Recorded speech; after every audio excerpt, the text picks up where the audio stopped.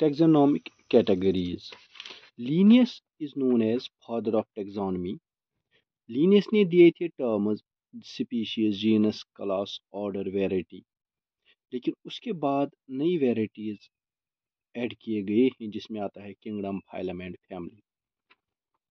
जब हम taxonomic category की बात करते हैं तो मैंने आपको पहले ही बोला है देयर आर 7 कैटेगरीज टैक्सोनॉमी में: species, genus, family, order, class, phylum जिसको हम डिवीजन भी कहते हैं, एंड किंगडम। सबसे पहला है स्पीशीज। स्पीशीज की जो टर्म है गिवन बाय जॉन रे, लेकिन इसका जो कॉन्सेप्ट है एक्सप्लेन किया था अर्नेस्ट मायर ने। हम स्पीशीज किसको कहते हैं? ये टैक्सोनॉमी का बेसिक यूनिट है। Group of organisms which can interbreed with each other and produce fertile offspring। यहाँ पर इंपॉर्टेंट है कि इंटरब्रीड करना, फर्टाइल ऑफस्प्रिंग प्रोड्यूस करना, और उनके पास होना चाहिए सेम जीनोम या जीन पूल। क्योंकि हमारे पास एक्सेप्शंस है, टाइगर और lion they belong from different species, लेकिन कैप्टिविटी में टाइगर और लायन ब्रीड करते हैं तो टाइगर बन जाता है, या लायन एंड टाइगर जिसको हम लाइगर कहते हैं, या म्यूल अगर हम हॉर्स और डंकी को क्रॉस करवाएंगे, या हिनी अगर male horse and female donkey को हम क्रॉस करेंगे। लेकिन इनके जो बच्चे होते हैं ना, they are non fertile, they are sterile. तो इसका मतलब इनको हम स्पीशीज नहीं कहते, they are exceptions to the species. अब स्पीशीज किसको हम कहेंगे? Interbreed, having same genetic makeup, having same gene pool. For example, Panthera tigris. Panthera is the genus, Tigris is the species. Magnifera indica, Homo sapiens sapiens genus। अच्छा, सारे जो हमारे पास species है, similar species, for example homo humans की कितने species दुनिया में? Millions. इन सब को रखा गया एक ही जीनस में, होमो।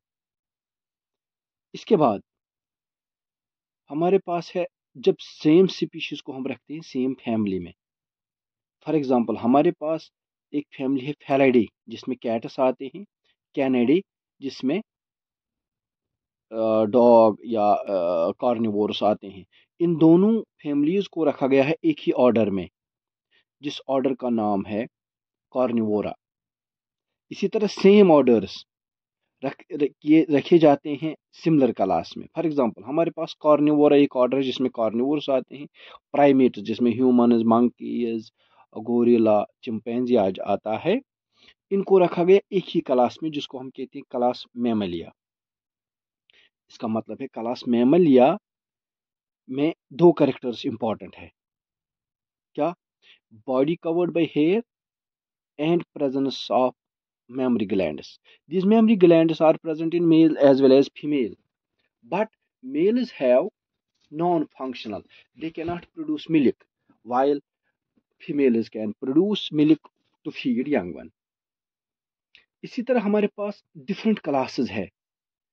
For example, class Mammalia, aves, reptiles, amphibians, fishes जिनको हम कभी पाइसेस भी कहते हैं, इन सब को रखा गया है एक फाइलम में, जिस फाइलम का नाम है फाइलम कॉर्डेटा। इसका मतलब है all the classes of phylum Chordata. Phylum Chordata जिनके पास वर्टिब्रल कॉलम होता है, notochord, pharyngeal gill slit, tail, ये इसमें कौन कौन से फाइलम कॉर्डेटा में कौन कौन से एनिमल्स आएंगे? इसमें आ जाते हैं fishes, amphibian, reptile, bird and mammal. ये सब क्लासेस है और फाइलम क्या है? कॉर्डेटा। अब फाइलम कॉर्डेटा है, इस तरह हमारे पास बहुत सारे फाइलम है, like phylum Porifera, Protozoa, Annelida, Arthropoda, Mollusca, Echinodermata, ठीक है, और कॉर्डेटा। इन सब फाइलम्स को रखा गया है एक ही किंगडम में, डेट इज किंगडम एनिमेलिया या एनिमल किंगडम। इस तरह प्लांट्स में है हमारे पास किंगडम प्लांटी, हमारे पास है बैक्टीरिया का किंगडम मोनीरा, फंगई का है किंगडम फंगई, प्रोटिस्टा यूनिसेलुलर का है किंगडम प्रोटिस्टा।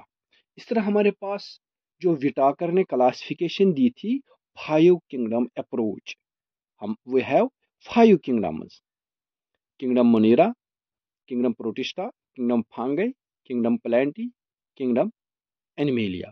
लेकिन उसके बाद मूज आया था और एक साइंटिस्ट आया था मूज, उसने कहा था नहीं, वी हैव 6 किंगडम्स, जिसको हम कहते हैं 6 किंगडम अप्रोच।